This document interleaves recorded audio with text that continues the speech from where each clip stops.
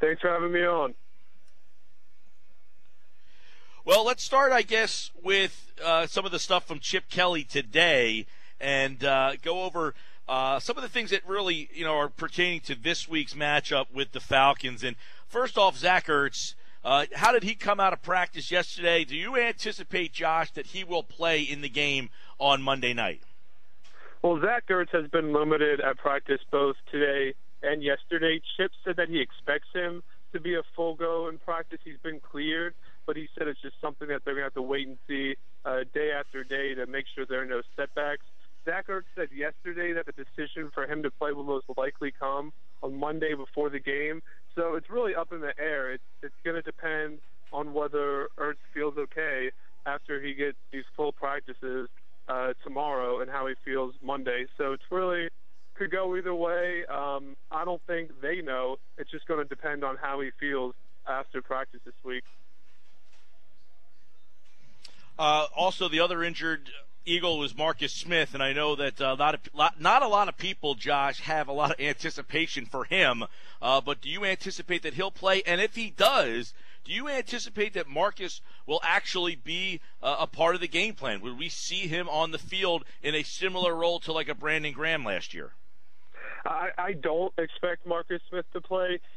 Although when he is healthy and when he comes back, he will be used in the game plan, but he won't be used, I think, to the same extent as Brandon Graham. Brandon Graham played about 43% of defensive snaps last year, and I would be very surprised if Marcus Smith got that many snaps.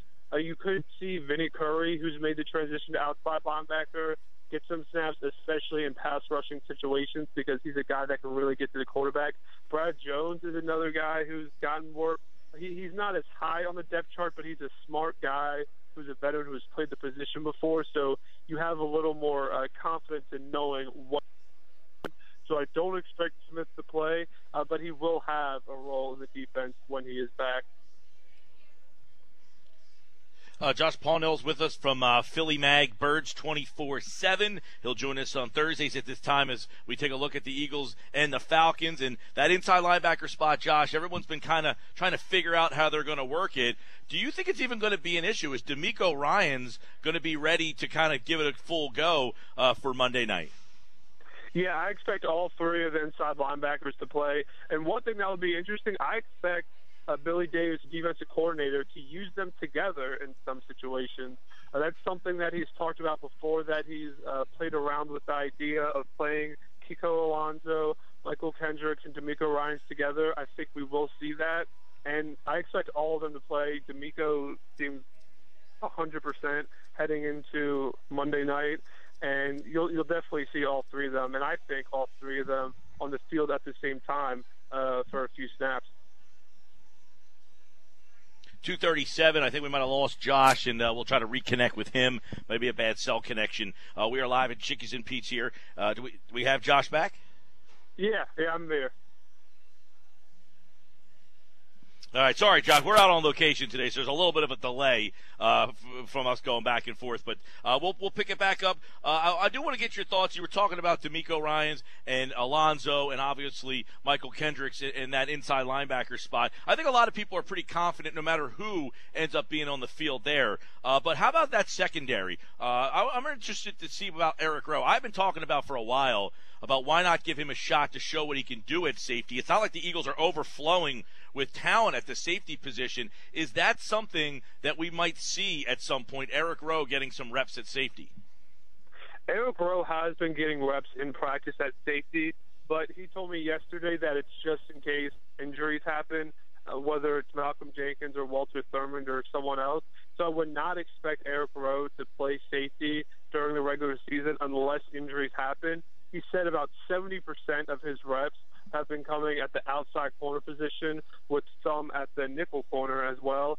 So I would definitely count on Eric Rowe playing either the outside corner or the nickel in the secondary, although it's unclear which he'll play, because he said yesterday that even he didn't know if he'll be playing as the nickel back or as an outside corner Monday night.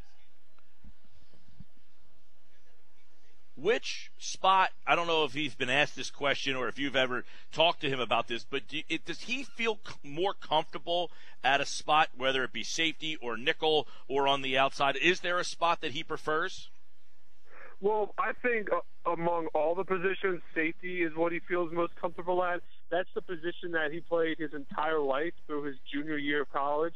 But then as a senior, Utah changed him to corner. So I would rank safety first, the outside corner second, because that's where Eric played as an outside corner at Utah for his senior season. And nickelback is the new position he's had to learn. He said that he's been able to pick it up quickly. You know, he sees himself as a quick learner, but I would definitely rank the nickel as the position that he's least familiar and least comfortable with among the three positions. We're talking with Josh Paunil from Birds 24/7 over at PhillyMag.com. He is the new Eagles beat reporter out there, and of course, the Eagles play the Falcons on Monday Night Football, and you can hear that game right here on 97.3 ESPN. Josh, give me your assessment of Sam Bradford through camp and where he is now. I know a lot of people seem to think that, he's a lot of people picking him for comeback player of the year. You start to see people picking the Eagles for the Super Bowl. I'm assuming based on his play, just give us your assessment of what you've seen from Bradford that stands out. Well, from training camp and from the preseason, you really see why Chip Kelly wanted to trade for him. He has a very accurate arm. He has a quick release, and that's what Chip wants. He wants his quarterback to get the ball out of his hands quickly, act as more of a facilitator, kind of like a point guard in basketball, get the ball out in the hands of the playmakers and let them go get those big yards after the catch. He's a guy that even when he makes these throws, he doesn't just complete them. He puts the ball in a position so the receiver can make the catch and then go make a play. He doesn't make them dive for the ball or run out of bounds. He sets them up to get those yards after the catch. And so he's very accurate, quick release, and he's a guy that I think comeback player of the year is a very real possibility for. All right, Josh, obviously this Falcons team, I know Chip talked a little bit about them yesterday, more so today, and he commented that this is a team just a couple of years ago that was, 13-3, had home field advantage, was just a couple of yards short of going to the Super Bowl. I wonder if the fans and people are just taking the Falcons for granted. Do you think this is a dangerous team on Monday night? It's certainly not a team to take lightly because of the Falcons' potent passing attack. Between Matt Ryan, Julio Jones, Roddy White, even Jacob Tamme could have an impact on the game. They're going to be a team that can definitely put points on the board and test that Eagles secondary. But the one area that I think the Eagles have a big advantage is on the line. Their defensive line is going to give the Falcons' offensive line fits. I think they're going to get into the backfield, they're going to disrupt plays, and they're not going to give Matt Ryan a ton of time to get the ball to his weapons. So I think that's going to be the big matchup, is the Eagles' defensive line versus the Falcons' offensive line. All right, Josh, you've seen this team through 4 preseason games and obviously all throughout camp, training camp, mini camps, and everything. A lot of people, I think the last Vegas odds, they were 10-1, third best odds in the NFL. Many national pundits picking this team to be a Super Bowl type of team. Where do you see the ceiling for this team this year? They're certainly a Super Bowl contender. I view them as the third best team in the NFC behind the Seahawks and behind the Packers. I think it will be tough for them to go to Lambeau or go to Seattle in the playoffs and win, although it's definitely possible. The big question mark is the secondary and the nickel spot. You saw the improvements that the secondary made in the preseason, but can they do that against good quarterbacks in games that matter? Andrew Luck didn't throw many passes in the preseason opener. Aaron Rodgers didn't play at all when the Eagles played the Packers. So we have to see if the secondary can make that jump in the regular season to see if they can make the Super Bowl run that a lot of people think they can make, and it is something that they can do if their secondary can hold up. And if they do, we can credit to Josh being on the beat here at PhillyMag.com/Eagles. Check that out, his stuff over there at Birds 24/7 at Josh Paunil, Paunil give him a follow on Twitter for All Eagles all the time, and listen in every Thursday at this time here on 97.3 ESPN. Josh, we appreciate you coming on board. We'll talk to you next week, pal. Sounds good. Thanks for having me.